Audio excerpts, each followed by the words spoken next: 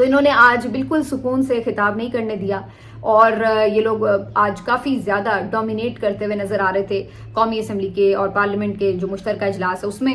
اس کے ساتھ ساتھ زرداری صاحب ویسے ہی اب آپ کو پتہ اتنے کمزور بھی ہو چکے ہیں, نحیف ہو چکے ہیں, تو ان کی آواز میں وہ دمخم تو پہلے ہی نہیں رہا, اور رہی صحیح کثر وہ شور شرابہ جب ہو رہا تھا تو ان کی آواز ویسے ہی سنائی نہیں دے رہی تھی, کان پڑی آواز سنائی نہیں دے رہی تھی کہ وہ کہہ کیا رہے ہیں. تو ان کے خطاب کی تو کوئی خاطر خواہ سمجھ نہیں آئی, نہ وہ کوئی امپیکٹ کریٹ کر سکے. البتہ سب لوگ ہیڈ فونز پہن کی کوشش کرتے رہے کہ یہ تاثر دے سکیں کہ ہم تو صرف خطاب سن رہے ہیں, آپ لوگ جو مرضی شور کر رہے ہیں ہمیں فرق نہیں پڑتا. لیکن جو چہرے تھے ان کے, اصل بات وہ ہے پڑھنے والے وہ تھے, کیونکہ وہ جو چہرے تھے نا وہ آپ کو شکست کا پتہ دے رہے تھے, وہ اعتراف شکست کرتے نظر آ رہے تھے. کیونکہ پتہ تو ان کو بھی ہے نا ظاہر اندر سے, اب ہمیں پتہ ہے آپ کو پتہ ہے, تو کیا انہیں نہیں پتا کہ وہ ہارے ہوئے ہیں؟ تو پتہ تو انہیں بھی ہے کہ وہ ہارے ہوئے ہیں. تو اندر سے تو شرم انسان کو آتی ہے نا, چہرے پہ آپ جتنی مرضی ڈھٹائی جو ہے وہ سجا لیں. تو ایک تو وہ شکست خوردہ لوگ جب جیتے ہوئے لوگوں کو دیکھتے ہیں تو ان کو یہ شرمندگی تو ہوتی ہے کہ بھئی ہم جعلی ہیں. دوسری بات یہ ہے کہ جس طرح بوٹ پالشنگ کر کے یہ حکومت بنانے میں کامیاب ہوئے, وہ بھی کسی سے ڈھکی چھپی بات نہیں ہے. تو اس کی بھی ایک کمزوری تو آپ کی نظر آتی ہے, کیونکہ آپ کے پاس تو پاور ہے نہیں, آپ تو واقعی اردلی قسم کے لوگ ہیں, جیسے آپ کو آرڈر دیا جاتا ہے ویسے آپ کرنا شروع کر دیتے ہیں. تو یہ آپ کے حالات ہیں. تو اس میں جو اسٹرینتھ آپ کے چہرے پہ ہوتی ہے جب عوامی طاقت آپ کے ساتھ ہو, جو اعتماد آپ کو ملتا ہے عوام کے ووٹ سے, تو وہ تو ان لوگوں کے پاس ہے نہیں. تو ان کے چہرے پہ آپ کو ہمیشہ ایک اداسی سی, ایک بے رونقی سی نظر آتی ہے, ایک عجیب سی آپ کہہ لیں وحشت سی نظر آ رہی ہوتی ہے, خوف بھی نظر آ رہا ہوتا ہے, کمزوری سی نظر آ رہی ہوتی ہے. تو ان کی اگر آپ فیشل ایکسپریشن کو ریڈ کریں نا تو آپ کو سمجھ آتی ہے, ان کی باڈی لینگویج کو اگر آپ دیکھیں کہ یہ لوگ بیٹھے ضرور ہوئے ہیں اقتدار میں, لیکن ان کو پتہ ہے کہ یہ اس وقت اقتدار میں نہیں بیٹھے ہوئے, یہ بس کسی کے پاؤں میں بیٹھے ہوئے ہیں, اور اس وجہ سے ان کی یہ حالت ہے. تو یہ جو ان کی پوری آج کی باڈی لینگویج تھی, میں تو وہ بہت کینلی آبزرو کر رہی تھی, تو مجھے تو یہی محسوس ہوا کہ یہ شکست خوردہ لوگ تھے, اور ان کے چہرے چیخ چیخ کے پکار رہے تھے کہ ہم شکست خوردہ لوگ ہیں. تو یہ فرق تو ہوتا ہے جب آپ عوام کی ووٹ سے آتے ہیں اور جب آپ دھونس دھاندلی کے ذریعے بندوق کی نوک پر آتے ہیں, تو یہ پھر آپ کو فرق تو ایک نظر آتا ہے. تو یہ آج ہمیں اجلاس میں فرق نظر آیا. باقی زرداری صاحب نے کہنا کیا تھا وہی روایتی باتیں تھیں جو پہلے خطاب میں ہوتی ہیں. ایک جو ڈفرینٹ بات تھی وہ یہ کہ جو سندھ کا ایک ایشو ہے آج کل بہت زیادہ چل رہا, اس کے اوپر بہت احتجاج بھی ہو رہا ہے سندھ میں, وہ ہے دریائے سندھ سے نہریں نکالنے کا معاملہ. دریائے سندھ سے نہریں نکالی جا رہی ہیں اور کوشش یہ ہے کہ جو پنجاب کے بنجر علاقے ہیں وہاں تک لا کر ان کو سیراب کیا جا سکے, اور اس کے لیے جو ہے ظاہر ہے اس کا اثر جو ہے وہ سندھ کے لوگوں کا یہ ماننا ہے کہ وہ ان کے حصے کا پانی ہے تو ان کی زمینیں بنجر ہوں گی, اور ادھر آپ دوسری طرف لے کے جا رہے ہیں, تو یہ زیادتی ہے.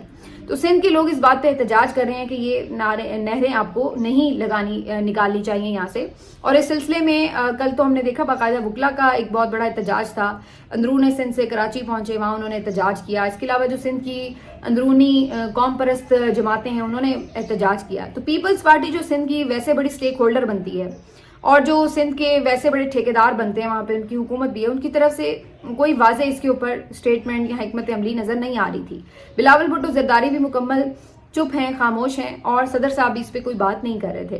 اور اسی طرح باقی جو پیپلز پارٹی کے لوگ ہیں وہ بھی کوئی خاص اس کے اوپر اتنی آواز نہیں اٹھا رہے, یا کوئی بہت زیادہ انہوں نے نہیں کہا. حالانکہ جس پوزیشن میں پیپلز پارٹی ہے, اگر جینوئنلی آپ جیتے ہوئے ہوں تو آپ تو حکومت کو چلنا ہی نہ دیں, اپنی مرضی سے ہر کام کروا سکتے ہیں, کیونکہ آپ کو پتا ہے کہ ادھر آپ اپنی سپورٹ ہٹائیں گے ادھر حکومت گر جائے گی. ان کے پاس کوئی ایبسولوٹ میجورٹی تو ہے نہیں, لیکن چونکہ دونوں کی صورتحال ایک ہی جیسی ہے تو وہ پھر کیا آنکھیں دکھائیں.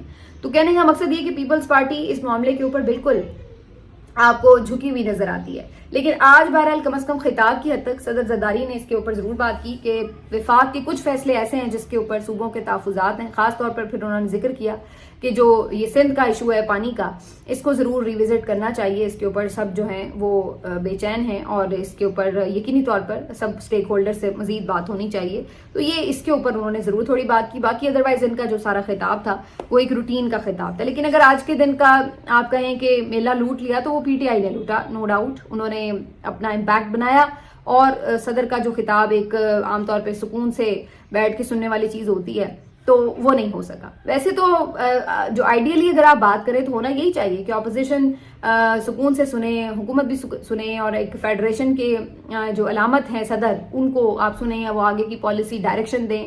تو وہ ایک الگ چیز ہے جو ایک آئیڈیل سینیریو میں ہوتی ہے. لیکن جہاں پر اپوزیشن نہیں ہے, جہاں پر حکومت نہیں ہے, تو وہاں پر ہم باقی سب چیزیں کیسے اس پیرامیٹر سے ہٹ کر دیکھ سکتے ہیں. تو اس لیے یہ بہرحال احتجاج ان کا حق ہے, وہ انہوں نے کیا. آگے بڑھتے ہیں جی.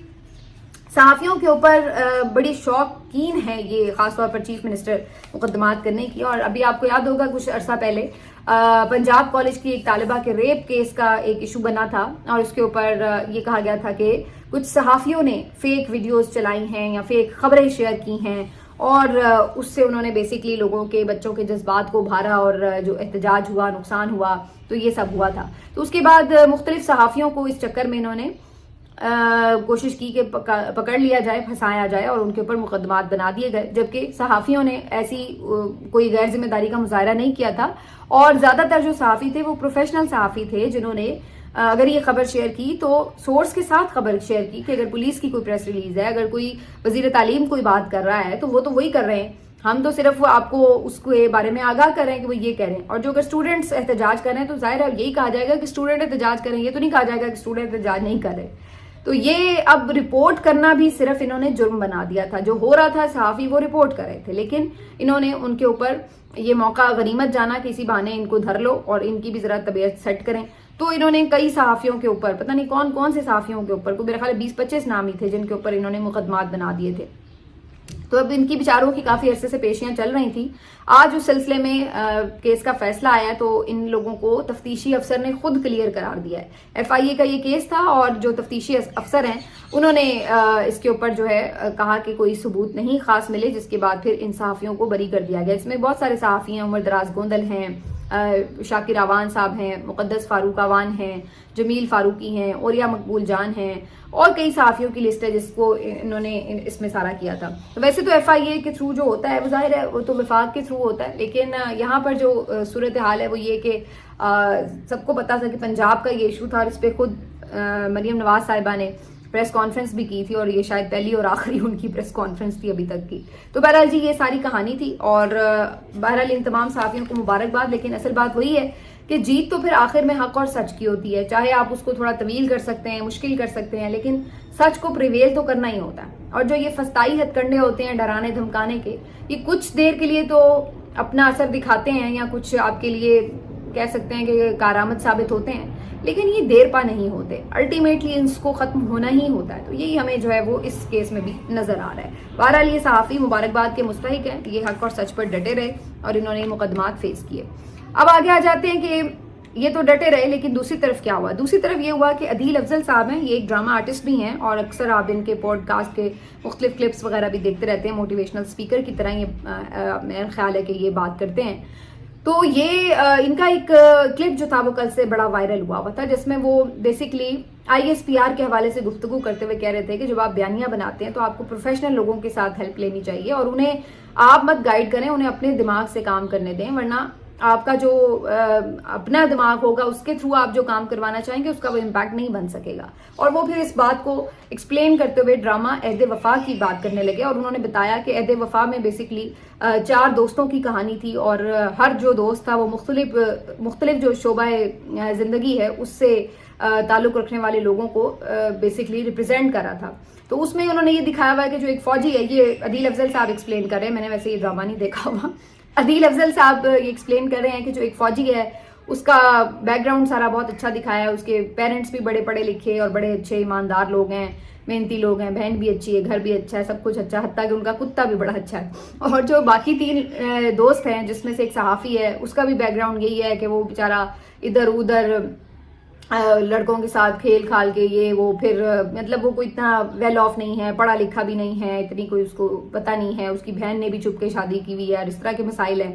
پھر جو ایک اور اس میں لڑکا ہے وہ سیاستدان کا بیٹا ہے, اور وہ تو بہت ہی بس نہ وہ پڑھائی میں انٹرسٹڈ ہے نہ وہ اس طرح ہے, اس کا باپ بھی ایویں ہے, اس کی جو بہن ہے اس کے بھی مسائل چل رہے ہیں, اور وہ خود بھی کیریکٹر کا کوئی اچھا لڑکا نہیں ہے. تو یہ وہ تو سیاستدان کو بھی اس طرح کا دکھایا ہوا ہے. اور پھر جو چوتھا ہے وہ ان کا بیوروکریٹ بنایا ہے, تو اس کے بھی اپنے ایشوز ہیں. تو کہنے کا مقصد یہ کہ انہوں نے دکھایا یہ کہ جو باقی سارے لوگ ہیں